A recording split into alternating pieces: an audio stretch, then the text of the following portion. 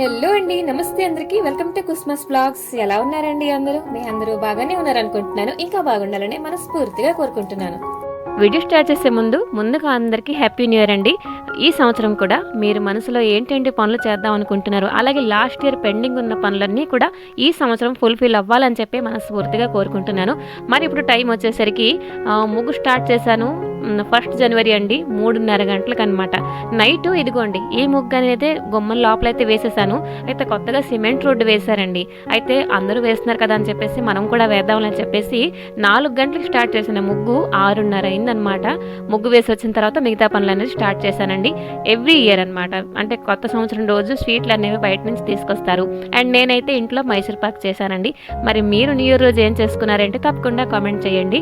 మరి ఎప్పుడు కూడాను కొత్త సంవత్సరం అంటే ఏదైనా మంచి రోజు అని అంటే వేయించిన కందిపప్పు ఆదికి ముందు వండేస్తాను. ఎందుకంటే ఇది శుభం అని చెప్పేసి నమ్ముతాను అనమాట. సో అదైపోయింది 1వ తారీఖు రోజు అనమాట సంగతులు. మరి ఇంకేంటి లేవు, ఫ్యామిలీ టైం స్పెండ్ చేసుకున్నామండి. ఇదైతే నెక్స్ట్ డే 2వ తారీఖు అనమాట. మార్నింగ్ అనేది పూజ అనేది స్టార్ట్ చేశానండి. అయితే ఈరోజు ఒక స్పెషల్ డే అండి. ఏంటి అని అంటే పుష్యమాసంలో వచ్చే మొట్టమొదటి లక్ష్మీవారం అనమాట.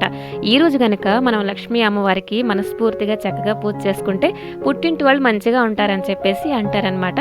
అయితే రోజును మనం ఎలాగో మనస్ఫూర్తిగానే పూజ చేసుకుంటామండి. ఈరోజు ఏంటంటే పుట్టింటి వాళ్ళ కోసం అంటే మనకి ఎక్కడలేని ఆతృత, ఎక్కడలేని హ్యాపీనెస్ అనేది వచ్చేస్తుంది కదా. సో ఇదిగోండి కొన్ని పువ్వులు అయితే నేను అరేంజ్ చేసుకున్నాను. మీ అందరికీ తెలుసు పువ్వులతో అలంకరణ చేయడం అంటే నాకు చాలా ఇష్టం. సో ఈరోజు కూడా చేశానండి. సో ఫస్ట్ అయితే ఇక్కడ దీపాలకి అలంకరణ చేసుకుంటున్నాను. గంధం ఇంకా కుంకుమతో అలంకరణ చేసుకుంటున్నాను. ఇంకా ఒత్తులు, ఎప్పుడైనా కూడా మనం దీపాలు వెలిగించినప్పుడు ఆ మంట అనేది చాలా స్లోగా లైట్గా వస్తేనే మంచిదన్నమాట అని అంటారు. ఎక్కువ భగ్గుమని మండుతుంది చూడండి, అలాగా అస్సలు మండకూడదు అని చెప్పేసి అంటారనమాట. సో ఇదిగోండి దీపాలకైతే చెప్పాను కదా కుంకుమతో ఇంకా గంధంతో అలంకరణ అయితే చేసేస్తాను. ఇంకా దీపారాధన ఇంట్లో చేసేసి సగం పూజ అయినట్టు ఇక్కడైతే తులసమ్మ దగ్గరికి అయితే వచ్చానమాట. ఇక్కడ కూడా దీపారాధన చేసుకుంటాను. ఇక్కడ కూడా ఒక చిన్న గుమ్మడి ముగ్గు వేస్తాను. ఈ నెలంతా కూడా నేను గుమ్మంలో అలాగే తులసమ్మ దగ్గర వీలైనప్పుడు గుమ్మడి ముగ్గు వేస్తాను అనమాట. సో ఇదిగోండి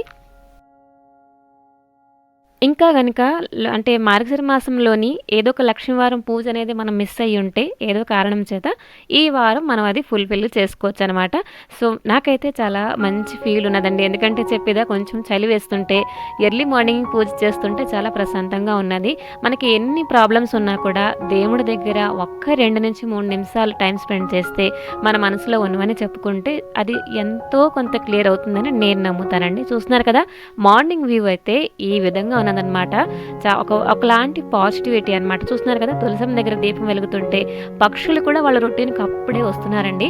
ఒక మంచి ఫీల్ నాకైతే వచ్చింది. సో తులసమ్మ దగ్గర పూజ అనేది అయిపోయింది.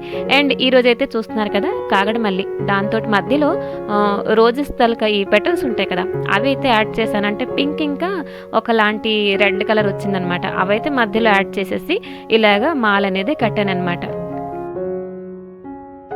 ఇంకా నేను దేవుడి విగ్రహాలకి వస్త్రాలు ఎలా కడుతున్నాను ఏంటి అని చెప్పేసి అవన్నీ కూడా లాస్ట్ వ్లాగ్లో నేను షేర్ చేశానండి. ఒకవేళ మిస్ అయ్యింటే తప్పకుండా చూడండి. ఇవైతే 3 ఇంచెస్ బొమ్మలు అనమాట. ఇవి ఏంటంటే నేను ఆన్లైన్లో కూడా కొన్ని బట్టలు అవి తీసుకుంటూ ఉంటానండి. అలాగే మన దగ్గర ఉన్న బ్లౌజ్ పీస్లో కూడా మనం చక్కగా అలంకరణ చేసుకోవచ్చు. అలంకరణ చేయడానికి ఇంట్రెస్ట్ ఉంటే మనం ఎన్నో విధాలుగా రకరకాలుగా మనం అరేంజ్ చేసుకోవచ్చు అండి. ఇంకా ఈరోజు అయితే కొంచెం మరువంతో కూడా పూజ అనేది చేశాను. మరువంతో పూజ చేస్తే స్వామివారు మనకి మరవకుండా ఉంటారు అని చెప్పేసి అంటారు కదా. సో ఇదిగోండి మరువంతో కూడా పూజ అయిపోయింది. అలంకరణ ఎలా ఉంది ఏంటి తప్పకుండా కామెంట్ చేయండి. ప్రత్యేకంగా ఈ నెలంతా కూడా ధనుర్మాసం నెలంతా కూడా నేను కొంచెం అలంకరణ ఎక్కువ చేయడానికి ఇష్టపడతానమాట. ఎందుకంటే దేవుళ్ళకి ఇది బ్రహ్మముహూర్తం టైం అని చెప్పేసి అంటారండి. సో అందుకనమాట. ఇంకా పూజ అయిందండి. ఇప్పుడైతే నైవేద్యం రెడీ చేసుకోవాలండి. పొంగల్ చేసుకోబోతున్నాను. ఇంకా బూర్లు కూడా చేసుకుంటానండి. ఈరోజు చెప్పాను కదా పుష్యమాసంలో మొదటి లక్ష్మీవారం మేమైతే బూర్లు చేసుకుంటాం అనమాట. అండ్ ఇదిగోండి పాలు కూడా మరిగించడానికి పెట్టేశాను. ఇంకా వంట కూడా చేసుకోవాలండి. కొంచెం హరీబరీగా అంటే ఈ సంవత్సరం నుంచి నేను ఏంటి మొదలు పెట్టుకుందాం అనుకుంటున్నానంటే ఒక స్కెడ్యూల్ పెట్టుకుందాం అనుకుంటున్నానండి. లైక్ ఎలాగంటే పనులన్నీ కొంచెం త్వరగా ముగించాలి అంటే ఏ రోజు జస్ట్ చూడండి, రోజు మనకి నెత్తి మీద అన్ని పనులు ఉండవండి. ఏ రోజు కొంచెం ఎక్కువ ఉంటున్నాయంటే మరి కొంచెం ఒక పావు గంట ముందర నిద్రలేస్తానని చెప్పేసి నేను ఫిక్స్ అయ్యానమాట. అదేంటి ఈ మాత్రం ఒక పావుగంట సమయం కోసం ఒక డే అనేది నీకు ఉండాలా అని చెప్పేసి కూడా మీకు అనిపిస్తుందండి. అలాగ అయిపోతున్నదండి, బిజీ షెడ్యూల్ అయిపోతున్నది. నా ఒక్కదానికి కాదండి, మొత్తం హౌస్ వైఫ్ అందరికీ కూడాను. ఏంటంటే ఒక పని స్టార్ట్ చేద్దాం అని చెప్పేసి అంటే సరేలే అని చెప్పేసి ఇంటి పనుల్లో మనం బిజీ అయిపోతూ ఉంటాం. అయితే ఈ సంవత్సరం నుంచి మనందరం కూడా చూడండి, ఎప్పుడూ కూడా 80-90% మన ధ్యానం అనేది ఇంటి మీదే ఉంటుంది.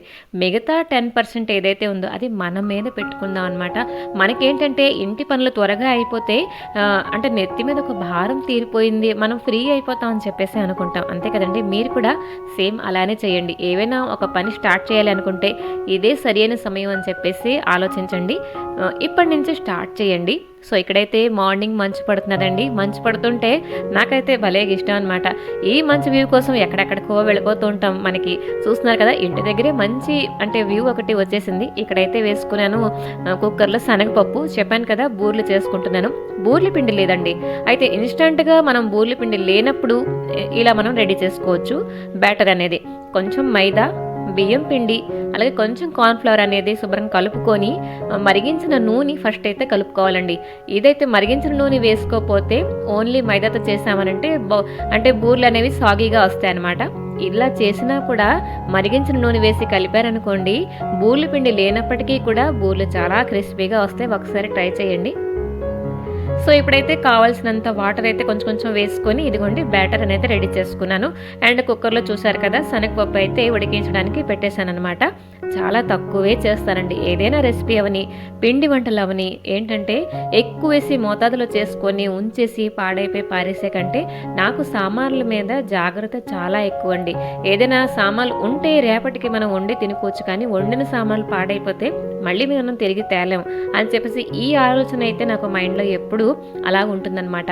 ఇక్కడైతే చూస్తున్నారు కదా, కొంచెం పొంగలి వండుకుంటున్నాను. ఈ ధనుర్మాసంలో నెలంతా కూడాను స్వామివారికి ఇలా పొంగల్ నైవేద్యం చేసి పెడతాం అనమాట.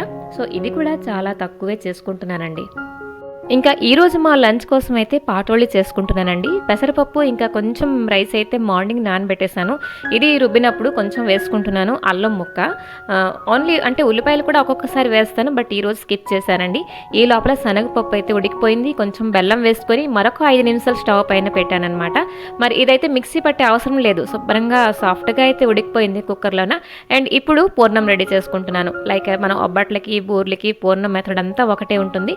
సో ఇక్కడైతే కొంచెం పంచదార వేసుకున్నాను అండ్ బెల్లం కూడా వేసుకున్నాను కాబట్టి పంచదార క్వాంటిటీ కూడా కొంచెం తగ్గించాను అనమాట. సో ఇదిగోండి పూర్ణం శుభ్రంగా కలిపేసుకొని, ఇది కలుపుతున్నప్పుడు మనకి కొంచెం పలచబడిపోయినా మనం వరి అవ్వక్కర్లేదండి. అది అలా మరి కొంచెం స్టవ్ పైన ఉంచితే అది దగ్గర పడిపోతుంది అనమాట. ఈ మాత్రం పూర్ణంకి ఒక 10 బూర్లు వచ్చాయండి. మేము ఉంటాం 5 మెంబర్స్ అనమాట మా ఫ్యామిలీలో. ఒక్కొక్కరికి 2 బూర్లు వచ్చాయన్నమాట. ఎక్కువ చేసినా కూడా ఉంచేసి నెక్స్ట్ డే తినడం అవన్నీ కూడా మేము ఇష్టపడమన్నమాట. ఫ్రెష్గా చేసుకొని అప్పటికప్పుడు చేసుకొని తింటాం అనమాట. అది కూడా స్వీట్స్ కూడా ఎక్కువ కూడా తినకూడదు కదండి. సో అదనమాట.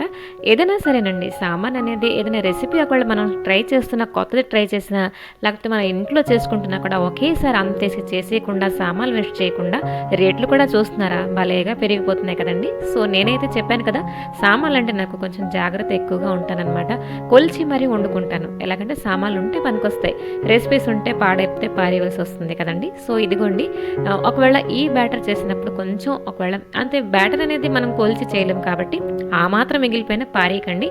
పొంగరాల్లో పోసుకున్నా కూడా ఉల్లి చెక్క వేసుకొని చాలా బాగుంటుందన్నమాట. సో ఇదిగోండి బూర్లు అయితే దేవేసుకుంటున్నాను. అండ్ అటువైపు పాటోళీ కూడా చేసుకుంటున్నానండి. చెప్పడానికి వెళ్తే పాటోళీ ఒక 10 నుంచి పావు గంట టైం టేకండి, కానీ ఈరోజు వెజిటబుల్స్ అనేవి నిండుకున్నాయి. సో పాటోళీ ఈరోజు కానించేస్తున్నాను అనమాట. ఇంకా మీ అందరి సంగతులు ఏంటండి? 31st నైట్ రోజు ఏవైనా తిరగడానికి వెళ్ళారా? కేక్ కటింగ్లు ఇవన్నీ చేసుకున్నారా? మరి 1వ తారీఖు నుంచి ఏమైనా కొత్త పనులు స్టార్ట్ చేద్దాం అనుకుంటున్నారా? తప్పకుండా కామెంట్ చేయండి.